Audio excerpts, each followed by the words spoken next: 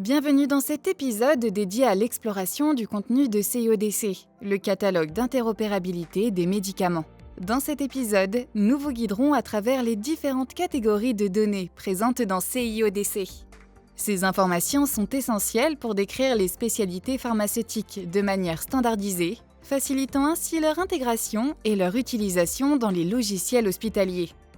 Alors, c'est parti! Commençons par la première catégorie, les données d'identification.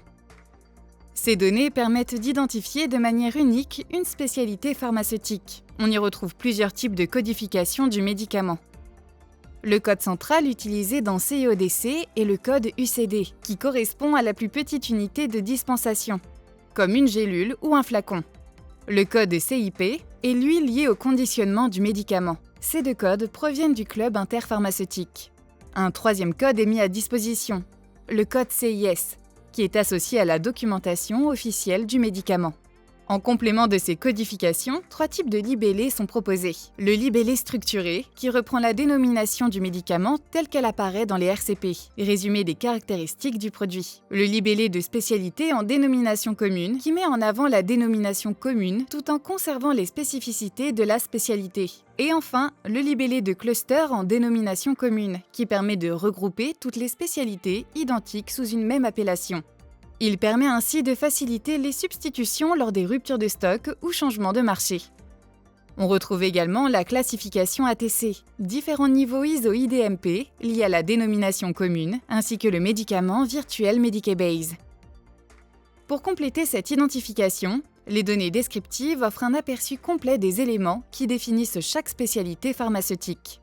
On y retrouve plusieurs informations clés comme la composition en principe actif, la forme pharmaceutique, là où les voies d'administration, ainsi que le titulaire de l'AMM. Différentes unités de volume ou de quantité sont renseignées afin de permettre d'exprimer les posologies prescrites, les quantités dispensées ou encore les doses administrées. Ces données sont disponibles pour toutes les spécialités. Pour les formes orales sèches, on précise également si le médicament est sécable en doses égales et si des modalités de préparation sont possibles, comme le fait qu'il soit écrasable ou ouvrable. Passons maintenant aux données relatives au conditionnement. Associé au code CIP, un ensemble structuré d'informations permet de décrire précisément les caractéristiques du conditionnement du médicament. Certains attributs renseignent les aspects physiques du produit, tels que le boitage, le conditionnement primaire, ainsi que les données de colisage, essentielles pour optimiser les flux logistiques et la gestion de la chaîne d'approvisionnement. D'autres éléments, comme l'appartenance à une liste, l'agrément aux collectivités ou la sérialisation, contribuent à garantir la traçabilité et la sécurité du médicament tout au long de son parcours. Parmi les données majeures de CIODC figurent les données réglementaires, qui constituent une préoccupation centrale pour les pharmaciens hospitaliers.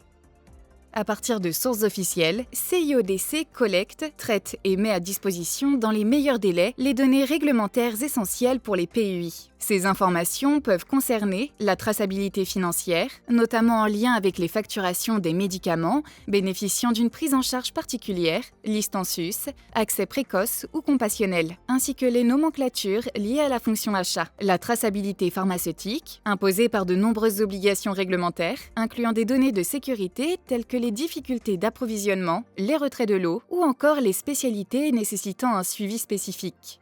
Enfin, autre volet fondamental, la structuration des données cliniques. CIODC fournit les indications thérapeutiques et les contre-indications mentionnées dans la documentation officielle, RCP. Ces situations cliniques sont mises à disposition sous forme structurée et codée dans des terminologies de santé de référence, afin de les rendre interopérables, et ainsi permettre une confrontation avec les informations présentes dans le dossier patient informatisé. Toutes ces données, issues de sources multiples, sont regroupées et très régulièrement actualisées dans le catalogue d'interopérabilité CIODC pour plus de 14 000 spécialités pharmaceutiques référencées. Elles peuvent être automatiquement importées dans les logiciels compatibles du système d'information hospitalier. Il en résulte un triple bénéfice, un gain de temps pour les équipes qui n'ont plus à maintenir manuellement les informations de leur livret, une fiabilisation de l'information au sein du SIH, et un gain en matière d'interopérabilité entre les logiciels au bénéfice de la production de soins. Pour plus d'informations sur l'intégration et le contenu des CIO, consultez les parcours Bien démarrer avec CIODC et Bien démarrer avec CIODM.